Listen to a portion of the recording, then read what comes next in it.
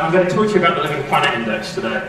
This is a tool that WWF uses as a communication tool, but that we produce at ZSL in an independent sort of manner. I'm going to talk to you particularly about how the trends that we show for the Living Planet Index might start to impact humans over the coming year.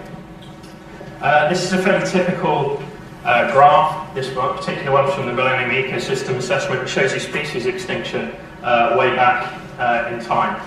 This is the rate of the y-axis, and you can see relatively low rates of extinction. If we look at more recent extinctions, the historic past, we start to see much more elevated rates of species extinction over time. And our future modelled approaches show us vastly different rates to what we see in background history or historic times. Between 1,000 and 10,000 times that which we would expect naturally. The causes of these are well known. Human habitation, urbanisation reduces available land mass to animals. Overexploitation takes healthy individuals out of populations. Naive species are impacted by invasive alien species, and these break down ecological networks. Increasingly, we start to see climate change as an impact on species as well. This is now considered so important that under the conventional biological diversity, the world's governments have got together, almost all governments, 191 of them now, and they've committed themselves to achieve, by 2010, a significant reduction in the rate of biodiversity loss at every scale that we can measure it at. But measuring extinction is a really blunt tool. What the Living Planet Index shows us, and I'll show you this now, is that it's the reduction in abundance of very widespread species that's much more important to us. The loss of the last few individuals, or a few hundred individuals of very rare species, has really quite small impacts on an ecosystem. The Living Planet Index was started in 1997, as I said, as a communication tool for WWF.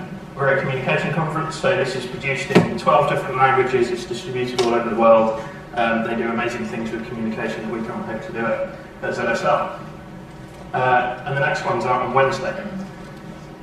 And what it shows is, over a time period where human population has almost doubled, we've seen a 30% reduction in the number of individuals of species on our globe. Around a 30% decline.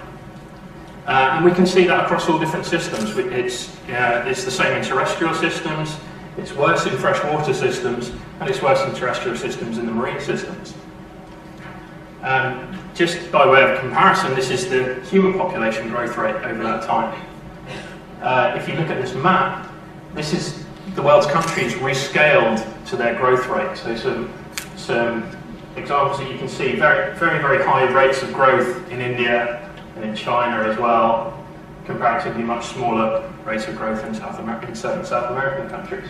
And biodiversity is not evenly distributed.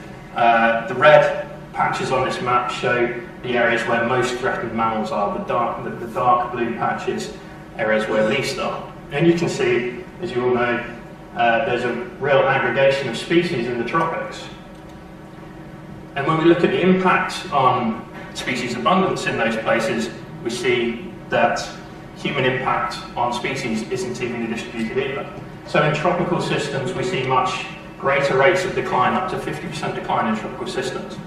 That matters because tropical systems have more species to lose, more individuals to lose than those in temperate systems. Over this first 5-year period, impact in temperate systems has been relatively stable. But of course, if we were able to track this back to the 1900s, 1800s, we'd see a massive decline to that point. Does this matter?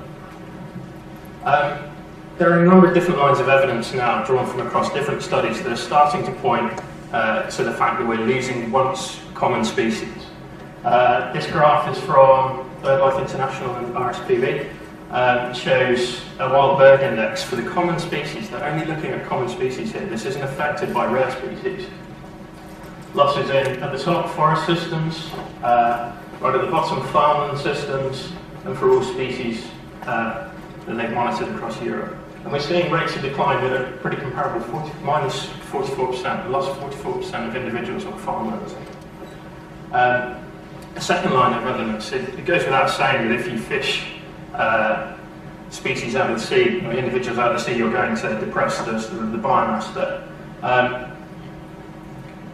But what's important in the collapse of some of the global fish stocks is the way in which we've improved our technology and upped our fishing effort. And in areas such as the Grand Banks and some of the Peruvian anchovy populations, we've seen almost total collapse of fish stocks. That clearly has an impact on the humans that use them, and means that we actually end up fishing down the food chain. And a final example in the UK common moth species have declined by something like 2/3 over a 35-year period. And we can link these declines straight back to the farmland bird populations. And we can also link declines in plants directly to some of these moth populations. So we can see that the impact is being felt right the way across the system. Why does this matter for humans? Intact ecosystems provide ecosystem services. These are the things that we benefit from. We can think of water purification, provisioning, flood defences, crop pollination, carbon storage, all of these things that we benefit from that we don't pay the cost for. As we start to remove abundant species from these systems, we compromise the ability of these systems to provide those services for humans. And linking it right back up to the top level now, the Conventional Biological Diversity's 2010 target has been adopted by the United Nations Millennium Development Goals. It's now part of UN MDG number 7. There are 9 of them. They're incredibly worthy, good things.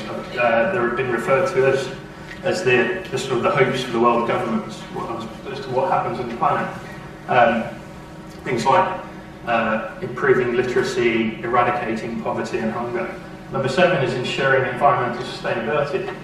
What we're going to start seeing over the next year or so is that we can't achieve any of the other of these goals of the United Nations without ensuring a sustainable environment.